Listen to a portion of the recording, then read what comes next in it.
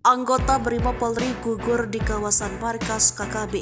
Kontak tembak antara aparat keamanan dan kelompok kriminal bersenjata terjadi di distrik Serambakon, Kabupaten Pegunungan Bintang, Papua Pegunungan pada Senin 18 September 2023. Satu anggota kepolisian dari Korps Brimob yakni Bribtu Rudi Agung gugur dalam peristiwa ini. Kasatgas Humas Operasi Damai Kartins AKBP Besar Bayu Susedo menyatakan kontak tembak tersebut terjadi pada Senin sekitar pukul 11. Baku tembak terjadi ketika aparat sedang berpatroli di kampung Yapimakot, distrik Sarambakon. Para pelaku langsung melarikan diri setelah kontak tembak berakhir. Peristiwa tembak-tembakan itu menunjukkan terus berulang kasus kekerasan di daerah otonom baru di Papua Pegunungan Bintang, termasuk 8 kabupaten di Provinsi Papua Pegunungan yang baru dimerdekakan dan Provinsi Papua pada akhir 2022.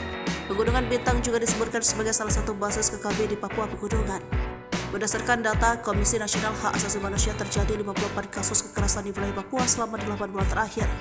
Sekitar 60% kasus kekerasan itu terjadi di dua daerah otonom baru, yakni Provinsi Papua Tengah dan Provinsi Papua Pegunungan. Kepala Perwakilan Komnas HAM wilayah Papua, Fritz Ramande, memaparkan Kabupaten Papua Tengah yang sering terjadi konflik adalah Dogiai, Intan Jaya, dan Puncak. Sementara itu di Papua Pegunungan konflik kerap terjadi Duga, Yahukimo, Pegunungan Bintang, dan Jaya Wijaya.